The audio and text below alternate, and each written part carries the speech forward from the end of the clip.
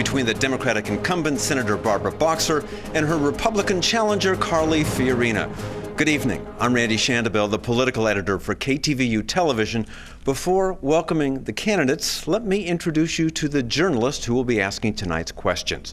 Carla Marinucci is the San Francisco Chronicle's senior political reporter. Scott Schaefer is the host of KQED Public Radio's The California Report. And Pilar Marrero is the senior political reporter for La Opinion. We'll also be taking some questions from KTVU viewers. Now, it's time to introduce the candidates. Please welcome Senator Barbara Boxer and Carly Fiorina.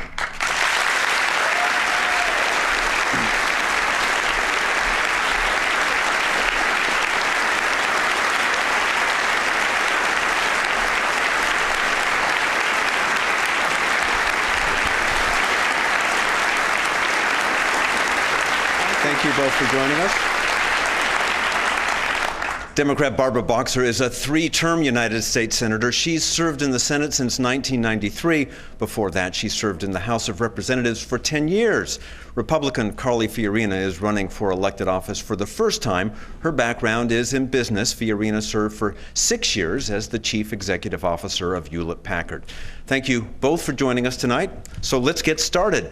Now, before tonight's debate, your campaigns participated in a coin toss to see who would get to answer first on the opening remarks. Senator, you won, but chose to let Carly Fiorina go first. So, Ms. Fiorina, you have 90 seconds. Thank you so much, and please call me Carly. It's great to be with all of you here, and thank you for letting us into your homes this evening. You know, I have lived the American dream. I started out, like most Americans do, in a small business. I typed, I filed, I answered the phones for a little 9-person company about an hour from where we are tonight. My husband started out driving a tow truck for the city of Pittsburgh, Pennsylvania. And I am running for public office now because I, like so many of you, think our country is headed in the wrong direction. And I think the American dream is too hard for too many people. Frank and I are worried that our 2 granddaughters won't have the same opportunities that we've had. I've never run for public office before, but I think our founding fathers intended ours to be a citizen government. I think it's what of, by, and for the people means. I have created jobs, I have cut spending, I have solved problems, and I think we need some common sense and some practical problem-solving ability in Washington, D.C.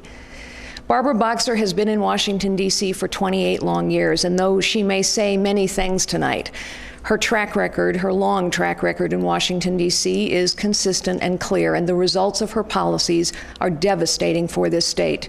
In the last 20 months alone, our unemployment rate has grown from 10.2% to 12.3%. Our debt has grown from 10.8 trillion to 13 trillion, on its way to 20 trillion.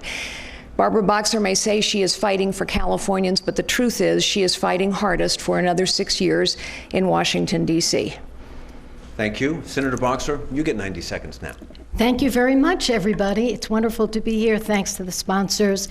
Thanks to the good people of California who have put their faith in me. And because of that, I've been able to enact 1,000 provisions. For our children, the first ever after-school program.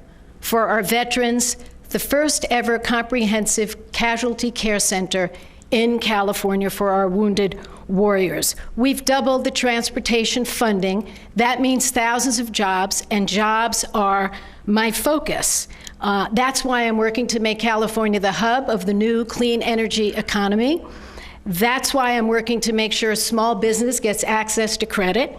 And that's why I'm working to stop tax breaks to companies who ship overseas, jobs overseas. And when I talk about shipping jobs overseas, I'm reminded of my opponent. When she was CEO of Hewlett-Packard, before she was terminated, actually, she shipped 30,000 jobs overseas. Think of it. That's the size of Foster City. And through all that pain, what did she do to show any sacrifice? She took $100 million. So that reminds me of Wall Street. That's what happened on Wall Street. Bonuses at the top, pain for everybody else. I want to see the words "Made in America" again, and I ask for your vote. Thank you. Thank you. Now to the questions, but first, a few guidelines. You'll both get up to 90 seconds to answer a question. The other candidate will have up to 60 seconds for a rebuttal. One note, we've got lots of questions tonight, so I'm sure our audience at home would appreciate brief, concise answers. So if it's possible to answer a question under 90 seconds, I'm sure no one would complain. So, Carla, you have the first question. Great. Ms. Fiorina, let's get to the economy. You supported tax cuts for business and for the wealthiest Americans because they, quote, pay for themselves by creating jobs. But you've opposed two recent jobs bills, one a teacher's jobs bill, which would bring 16,000 jobs to California, the other a small business jobs bill, which is actually supported by the U.S. Chamber of Commerce. So how do you justify immediate help for the wealthiest Americans, but not for average Californians who might be out of a job and listening to this debate tonight?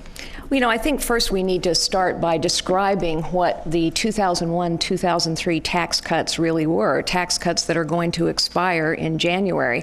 The vast majority of that tax relief went to middle-class Americans. And in fact, if those tax cuts are not extended, the average California family will pay up to $1,600 more in taxes. It's also true that small business owners in particular are struggling under the weight of businesses. Senator BOXER has voted against small business tax relief each and every time. The death tax will skyrocket to 55% on January 1st. We have 88,000 farms in this great state, most of them family-owned. To create jobs, we need to make sure that, in particular, our small businesses, our family-owned businesses, our innovators, and our entrepreneurs are freed from strangling regulation and freed from taxation. I think in the middle of a terrible recession, this is the worst economic crisis since 1979 and since 1929 in this state. Just think about it. We have 12 metropolitan areas with unemployment above 15%. We have 23 counties with unemployment above 15%. And meanwhile, in the last 20 months, the federal government spending has increased 10% each year, and federal government employees have increased 14.5% over the last 2 years. Senator BOXER, you have 60 seconds to reply. I'd like to go back to the question because it's very important. We had 16,500 teachers plus get pink slips in the mail. They were going to not be in the classroom when our children are there. What's more important than our children? You know, I'm a product of public schools. 95% of our people go to public schools. The kids go to public schools. This was a bill that was paid for. Do you know that my opponent actually called that bill where we saved these teacher jobs? She called the bill a disgrace. She called it disgraceful. Now, I'll tell you why I don't think she likes it, because we paid for that bill. It was deficit neutral because we paid for it by stopping some tax breaks for companies who ship jobs overseas. So every time you really get past the surface, you see my opponent fighting for the billionaires, for the millionaires, for the companies who ship jobs overseas. She even opposes the small business legislation that most everybody supports, that we give tax breaks to small business. Thank you, Senator. Scott, you have the next question, and it's for Senator BOXER. Thank you. Senator BOXER, last night, President Obama officially ended the U.S. combat mission in Iraq. During the course of that war, more than 4,400 Americans died, and tens of thousands more came home with physical and mental disabilities. My question is, do you think the war was worth the cost? Mm-hmm. And going forward in Afghanistan, what criteria will you use to say enough is enough, it's time to bring our troops home? Well, I'm very happy that our combat troops are coming back from Iraq. I was one of about 23 that did not vote for that war. I did, in fact, support the troops. I voted for 85% of all the spending bills that we had, even though I had disagreements on that war. And when I opposed any of those bills, it was because it wasn't good enough for our wounded warriors. So I'm so glad that they're coming back. And I think the reason that we are at this point is because America finally said, through our president, this is a date, we're coming home, say to the Iraqis, you have to step up to the plate and defend your own nation. I believe in nation helping, not nation building. And I feel the same way in Afghanistan. I did vote to go after Osama bin Laden, and George W. Bush turned away from it and went into Iraq. And I do support the president trying to see that we can train the Afghan people to, again, defend themselves. But I do want to see more timelines drawn there. I think it's important to send that signal. This is a time frame. I'm on a Feingold bill, which you can read, which essentially says, give us a timetable, give us the conditions in which we can bring our troops home. And I think we're on that track. I support beginning the withdrawal by 2011. But I'm happy that our troops are coming home. They are the bravest, they are the greatest, and now we have to take care of them. They have some terrible injuries and wounds. I just went to that comprehensive casualty care center, and they're doing Senator, miraculous I'm sorry, things time's there. up. Thank you. Apparently the lights aren't working, but a real quick follow-up before we go to your answer. Sure. If the president doesn't come up with a written timeline, as you've suggested he do, will you call him out on that as you did President Bush? You were very critical of President Bush for not having firm timelines. You haven't been as critical of President Obama. Well, actually, I've already stated it publicly, and I'm on the Feingold bill, which would require the president to do that. Because I don't think this is a matter of partisanship. It's a matter of our troops. It's a matter of, we need to rebuild America. Okay. We're at a tough time. And so I think we can help Afghanistan and help Iraq, but we need to rebuild our country. Okay, Ms. Fiorina, your reply? You know, Senator Boxer's last two answers are a perfect illustration of her rhetoric versus the reality. So let's look at the reality of her record supporting our men and women in uniform. She voted against body armor. She voted against support for brain trauma and post-traumatic stress syndrome.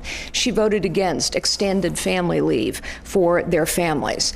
And in fact, the vote that she cast so upset then Senator Joe Biden that he said, this is a political vote, nothing is worth, in that case, his son's life. And as regards to the two bills that she talked about earlier, the truth is the small business bill that she supported could have been a great bill, but they threw in there TARP Jr., the opportunity for the federal government to take equity positions in community banks. We all know how well that worked out with TARP Sr. It didn't work so well. It didn't get credit flowing again. And as for the teachers bill, we are playing political football with taxpayer money. In fact, Sacramento and Washington, D.C. have been fighting over who gets to spend that money, and the vast majority of teachers won't be employed until 2012, and some of it may just go to reducing the deficit. Time is up. Pilar, you have the next question, and it's for Carly Fiorina. Yes, thank you very much. Ms. Fiorina, every year 65,000 young men and women graduate from high school in the U.S.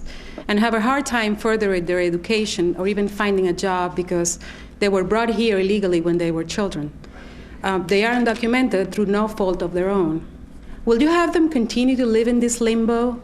Would you send them all back to countries they don't remember, they don't really know? Or would you consider supporting legislation that helps them in the long path to citizenship if they study, if they meet certain goals?